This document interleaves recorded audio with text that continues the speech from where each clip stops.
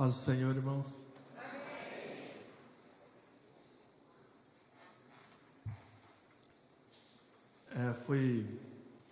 Primeiro eu estou feliz, poder estar aqui com os irmãos, mais uma vez, e agora numa posição diferente. Quando foi pedido para eu falar sobre o verdadeiro sentido do Natal, na hora se fala, não, isso é fácil, né? Tranquilo. Mas depois orando, não é tão fácil assim. Porque é muito fácil hoje falar um monte de heresia a respeito do Natal, e que não é verdade. Para falar sobre o verdadeiro sentido do Natal, você tem que conhecer a história. Senão você se perde. Com tanta história que já foi contada, a gente acaba se perdendo. Eu agradeço a Deus pelo pastor Adolfo, pastora Fátima, Silvinha que convidou também, os irmãos permitiram estar aqui. Eu sei que tem que ter confiança para entregar o microfone para alguém, falar para o povo de Deus. Então eu agradeço a Deus. Antes que os irmãos, coisinha assim de 2 minutos, os irmãos vão ficar curiosos. Às vezes muita gente me pergunta, o que aconteceu, se eu já nasci assim. Então 2 minutos só para vocês ficarem esclarecidos. Há 23 anos atrás, vai fazer 24 agora em março. 24 anos atrás, sofri um acidente na piscina do SESI e fiquei tetraplégico. As mãos não funcionam, metade dos braços não funciona, do pescoço para baixo, tudo alterado. Então, eu estava aqui, quando os irmãos viram subindo aqui, eu acho que muitos aí já viram o motivo de glorificar a Deus, E eu glorifico a Deus de estar vivo. E os irmãos de não precisar ser carregado, porque eu creio que todos aqui entraram andando, Glória a Deus por isso. Porque só quando a gente perde, a gente vai dar o valor suficiente. Tantas escadas que eu gostaria de ter subido e não subi. Tantos morros, para poder orar, não fui. Então depois quando a gente perde, aí fala assim, nossa, eu até gostaria de ir com vocês lá, mas não vai dar. Aí você começa a ver que o mundo fica um pouco limitado para a gente. Não são todos os lugares que dá para ir, não. Mas eu glorifico a Deus, porque eu já estou numa sobrevida há quase 24 anos. E Deus me presenteou nesse tempo com casamento, filha e experiências, irmãos, que eu jamais poderia ter se não fosse essa condição. Então falar de Jesus hoje essa é uma honra muito grande para mim.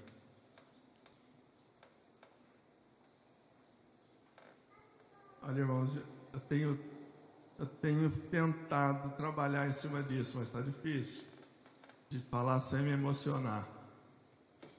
Mas eu chego lá.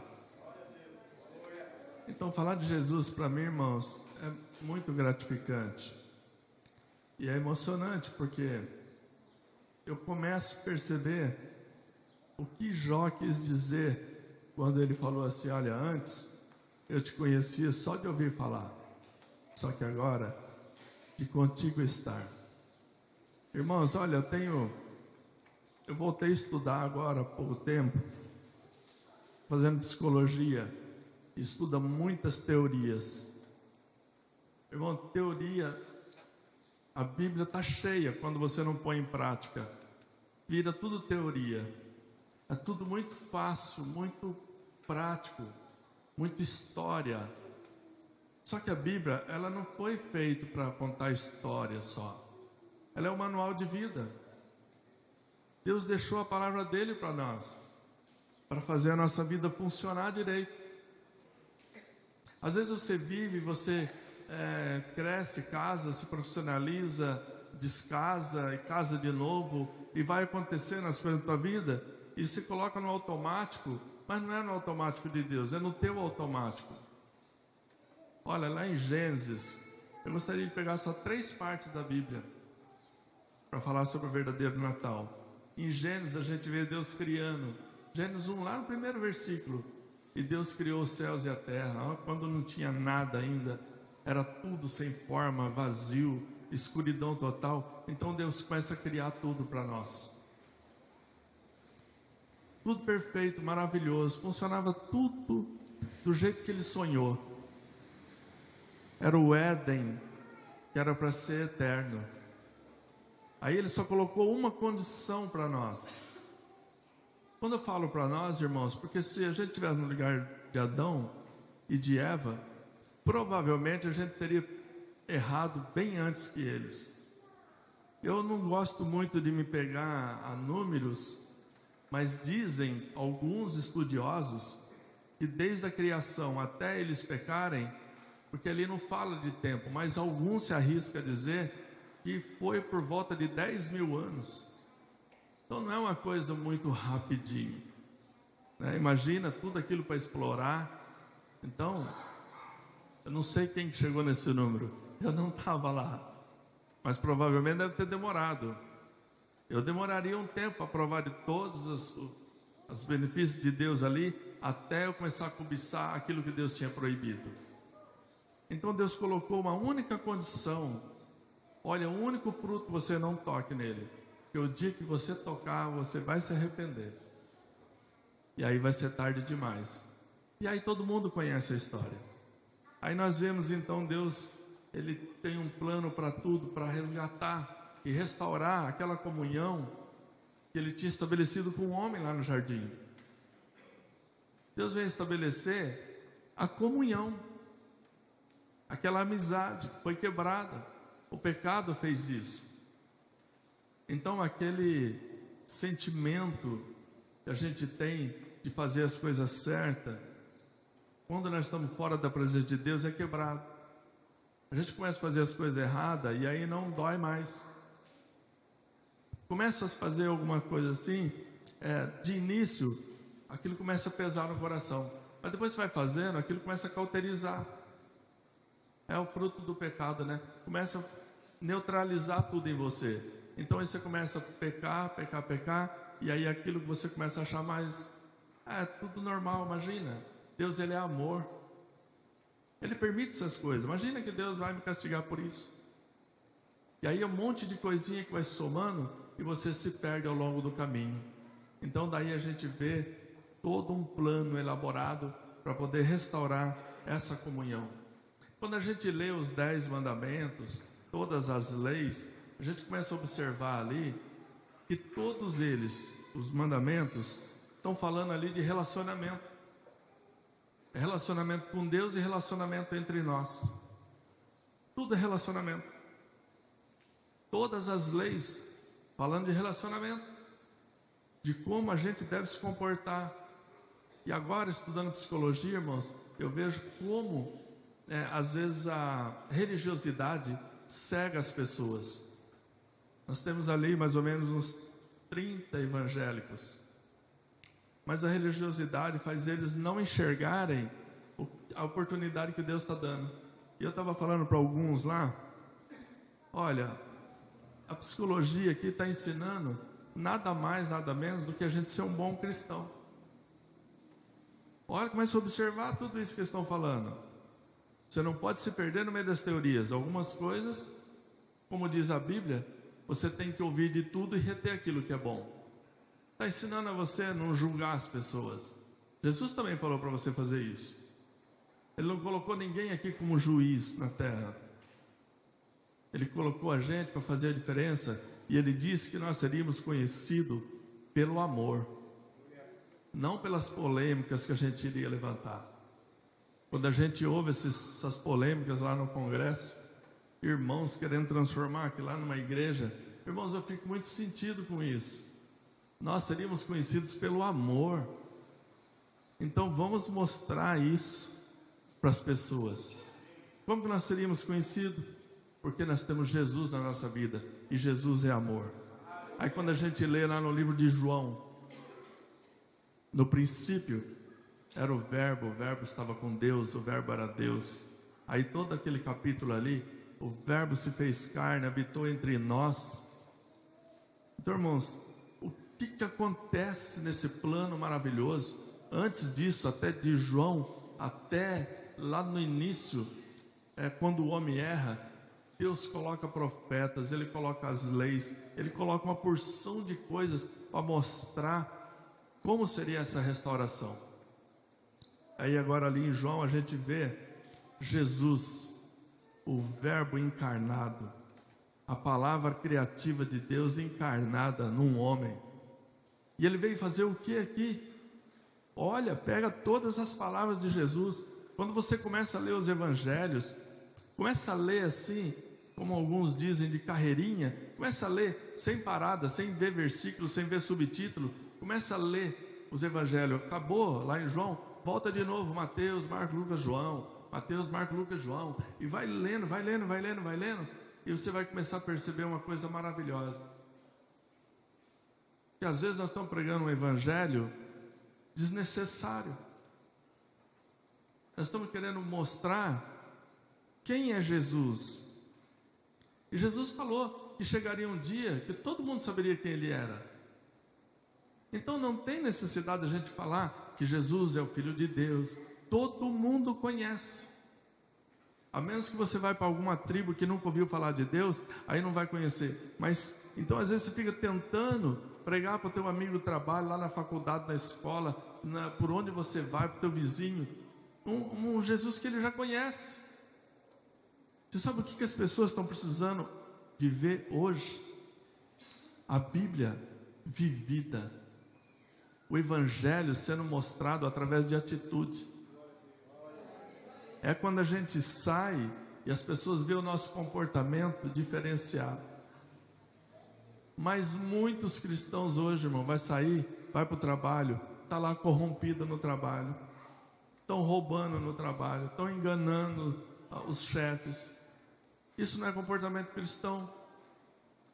Então aí Jesus, ele vem, aí as pessoas entre nós mesmos, aí se torna políticos. Não estou falando todos, pelo amor de Deus, tem muita gente maravilhosa, mas é que é tanta gente ruim que acaba sufocando aquela luzinha que está lá. Mas permaneça firme, aqueles que têm acesso a esses meios, permaneça firme com a luz de Jesus acesa, o Espírito Santo aceso em você, irmãos, que vai ser o diferencial. Nós estamos vivendo num mundo tão corrompido, que às vezes a gente sente vergonha, às vezes falar que é cristão. Eu estou falando isso porque eu vejo nos lugares que eu ando, pessoas com vergonha. Irmãos, nós não temos que andar. Eu estava vendo um pastor criticar essa semana os irmãos que não andam mais com a Bíblia embaixo do braço, como antigamente. Irmãos, o tempo mudou. Hoje tem tablet, tem celular. Mas a palavra de Deus, Jesus falou que chegaria um dia que ela não estaria mais escrita, ela estaria gravada no coração. Mas se você não lê a palavra de Deus, não tem como ela estar gravada no teu coração. Você tem que ter a palavra de Deus para qualquer momento da sua vida. Se você estiver num momento, estiver precisando de oração para uma pessoa que está doente, você não precisa chamar o teu pastor, porque Deus te deu autoridade para você repreender a doença e ele ser curado. Você pode dar direção para uma pessoa através da palavra de Deus, de alguma causa na justiça, algum problema de relacionamento. Você pode dar direção, mas você tem que conhecer a palavra de Deus. Tem que conhecer esse verbo, essa verdade que habitou entre nós. E ele veio ensinar o quê? Perguntaram para Jesus qual era o maior mandamento. E ele deu a resposta, irmão, e o resumo de toda a história.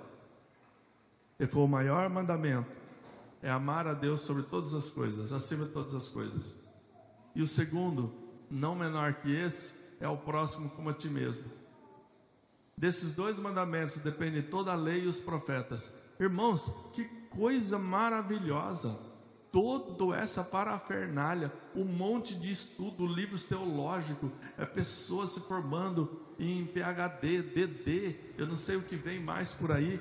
até ser semideus, e pessoas tentando entender Deus, e Jesus ele explica duas palavras. E ele vem, irmãos, e toda a palavra dele, pode observar, tudo está falando como nós devemos nos relacionar. Ele vem ensinar a gente a se relacionar. Você talvez tenha acesso a alguns programas televisivos, eu gosto de ver aquilo lá, pessoas que são colocadas isoladas de todo mundo, sozinho numa ilha. É o sonho de muita gente, né? Eu gostaria de morar numa ilha deserta, sozinho, aquele paraíso. Irmãos, é a coisa mais terrível viver sozinho. Pessoas reais morando sozinha, ele começa a ficar desesperado. Ele depende de pessoas que estão do lado dele para fazer coisa corriqueira do dia a dia. Então, você já viu algum programa assim? Pessoas são colocadas lá, mas sem recurso nenhum, até sem roupa. Você vai ter que sobreviver nesse paraíso maravilhoso. Aí o sol incomoda, a chuva incomoda, o vento incomoda, não tem água, tem que buscar água doce, porque aquele monte de água você não pode beber, tem que caçar. Irmãos, é uma atividade muito intensa, o dia todo. Aí quando tem dois, quando está sozinho, a pessoa deseja ter alguém junto com ele. Quando coloca o outro, começa a brigar. Só mais um começa a brigar. E aí tem programa de todo tipo. Então coloca dois homens, os dois brigam. Coloca duas mulheres, as duas brigam. Coloca um homem e uma mulher, os dois brigam. O homem não consegue se relacionar, se entender, respeitar o espaço do outro, o limite do outro. A pessoa não consegue. E aí precisa de Jesus se encarnar num homem, deixar toda a glória dele. Irmão, quando você começa a estudar quem é Jesus, irmão, tem que pedir permissão para o Senhor. É por isso que é muito difícil falar de Jesus, porque tem que pedir permissão para falar no nome dele, porque ele é muito, não tem palavra no português para poder descrever. Vamos jogar assim para o pessoal entender. Jesus é o cara, ele é demais da conta. Irmãos, quando você começa a ver a descrição de Jesus lá em Apocalipse, você pode imaginar a grandeza dele, mas imaginar toda aquela grandeza, Criador de todas as coisas, nada escapa da capacidade do entendimento de Jesus. Você não consegue nem pensar sem que ele saiba o que você está pensando. Você imaginar essa pessoa encarnada só para fazer você entender como se relacionar, é muita coisa. Então o resumo de tudo, a gente vê em Apocalipse, ele falando assim, olha, aquele que vencer vai herdar tudo que eu tenho. Foi isso que ele veio fazer. Ele veio resgatar. Então ali em João a gente vê o verdadeiro Natal sendo estabelecido.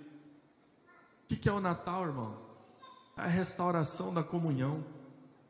Sabe aquela comunhão que tinha no Éden, que Deus vinha falar com o homem todo dia pessoalmente? E aí, Adão, como é que estão as coisas? Como é que foi o teu dia? O que você fez hoje? É lógico que Deus sabia o que ele tinha feito, mas Deus quer ouvir a gente falar. Sabia disso, irmão? Deus sabe que você está com problema financeiro, mas Ele quer ouvir você falar. Deus sabe que você está com dor, mas Ele quer ouvir você falar. Sabe por quê? Porque Ele te criou para poder se relacionar com você. Relacionamento são duas pessoas falando, não ao mesmo tempo. Porque às vezes a gente fala tanto e não deixa Deus falar. E quando Ele começa a falar, a gente quer falar junto. E aí não dá certo. E antes, irmãos, eu tive tanta experiência, e uma das experiências era assim, eu estava orando na minha casa, e eu com aquela lista de supermercado, sabe, de antigamente, 2 quilos de 20 quilos de arroz, 10 quilos de feijão, batata, óleo, vinha aquela lista. A lista na minha casa era 5 irmãos, e meu pai e minha mãe, era interminável, irmão, era 60 quilos de arroz, de terceira, parecia quirela, mas era sacão de arroz, para dar para o mês. Era 20 quilos de feijão. Era lombriga que não acabava mais, irmão, naquela meninada. Mas era uma lista enorme. Então, quando eu estava lá orando, parecia uma lista de supermercado. Senhor, eu preciso disso, eu quero isso, Senhor. O Senhor sabe que eu necessito disso, me dá isso, me dá aquilo, me dá. Aí, quando não tinha mais nada para eu orar, para pedir, minha esposa estava trabalhando, eu em casa, deitado. Não aguentava de dor, mas estava orando. E aí eu falei assim: Senhor, eu queria continuar orando. Como é que eu faço? Não tem mais nada, eu já repeti esse pedido umas 3 vezes. Estou até com vergonha de falar de novo, dá a impressão que o senhor não entende. Aí, sabe quando você sente no coração? Por que você não começa a agradecer? Ah, Senhor, muito obrigado por isso, por aquilo, pela minha família, pelo irmão, pelo cachorro do vizinho que não me morreu. Ora pelo papagaio, ora por tudo. Aí, Senhor, não tem mais nada para agradecer, Senhor. E agora, Senhor, o que eu faço? Queria continuar orando. Por que você não começa a me adorar? Senhor, eu te adoro, Senhor.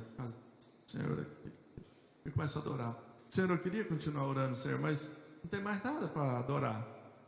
Então começa a orar em língua. Então começa a orar em língua, irmãos. E aí o Senhor veio e me tirou e levou eu num lugar maravilhoso. Mas eu com os olhos abertos, irmão. Eu sei que qualquer um julga do jeito que quiser. Pode falar assim: ele bateu a cabeça naquela piscina. Com certeza atingiu uma parte que desenvolve, sabe, algumas alucinações. Mas eu sei, irmãos, eu sei o que eu vi, eu sei o que eu já vivi de alucinação. Eu já estou estourando o tempo, bom, mas aí Deus me coloca num lugar assim maravilhoso, e eu queria continuar orando, e aí Ele me leva assim numa escadaria, mas magnífica, irmão, era muito grande, e eu olhava assim, era ouro transparente os degraus, mas não terminava aquela escadaria, um degrau sim, um degrau não, de um lado e do outro, anjos com as asas fechadas, totalmente coberta, e eu via que estava armado, mas não sabia o que era que tinha na mão, e permitindo a minha passagem, e eu subindo, aí cheguei num lugar, mas imenso, grandioso, e eu não conseguia olhar para frente, eu só sentia um cetro estendido. A hora que eu cheguei no meio daquele lugar, só olhando, admirando, aí Deus falou assim: fala, Pedro, o que você está querendo orar mais? O que você está pedindo? O que você quer pedir mais? Irmãos, diante do Senhor, não tem pedido, você não tem necessidade. Eu falei: Senhor, eu não tenho que pedir nada, eu estava pedindo alguma coisa. Você não sente necessidade de nada, só fala assim: Senhor, o Senhor é maravilhoso. O que é isso aqui?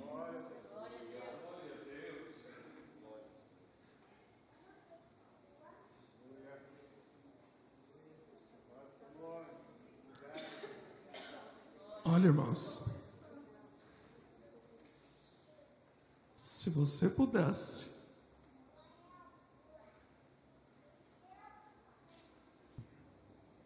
se você puder ter o privilégio de ver a guarda real de Deus,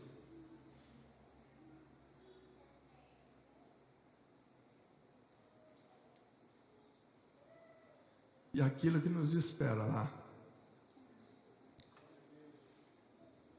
a gente seria a palavra de Deus aberta, o Natal verdadeiro, para as pessoas lerem a nossa vida e verem como é que se torna um verdadeiro cristão, o que é ser a extensão do Evangelho do Senhor.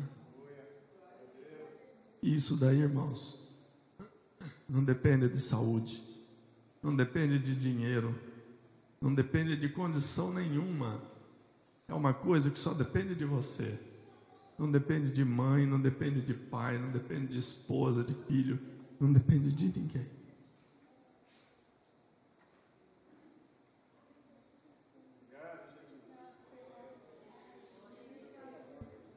É só você e o Senhor.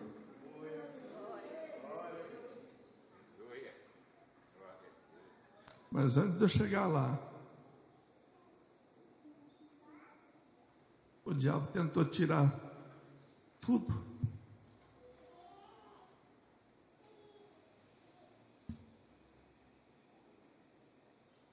Mas sabe o que ele não tira? A nossa fé.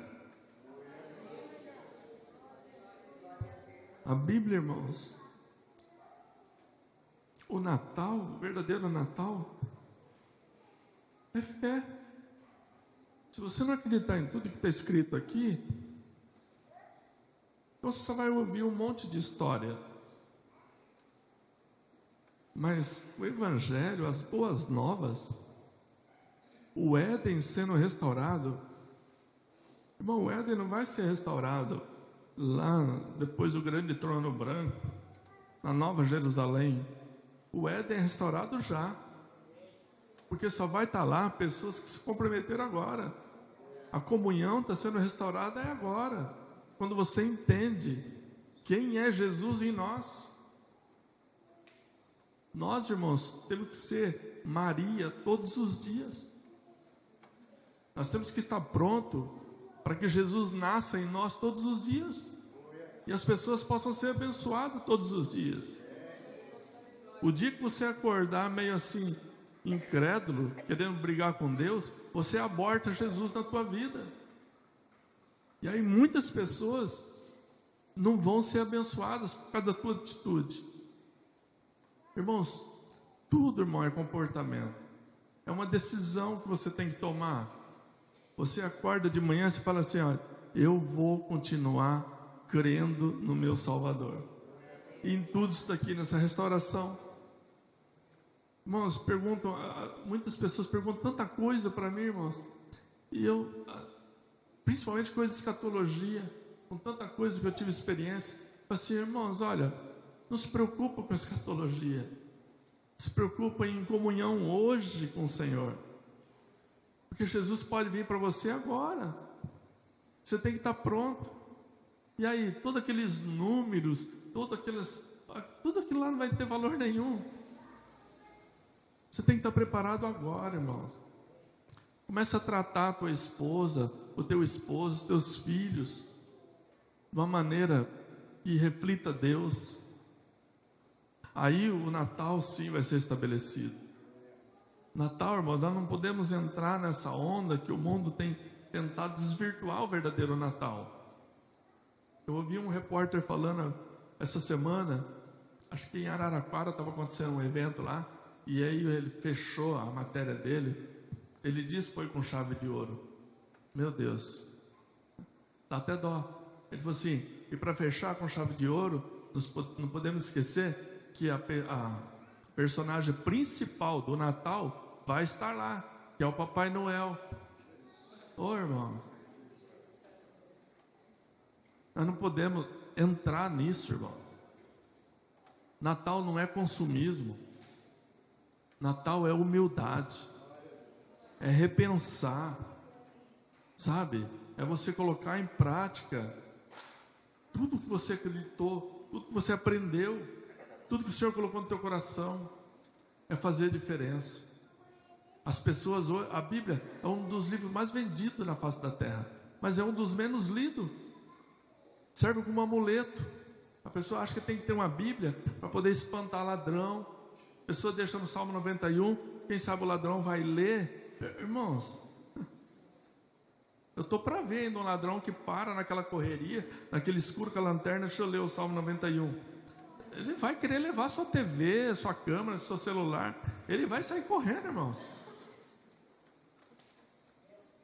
É você ter Jesus na tua vida e não se abalar.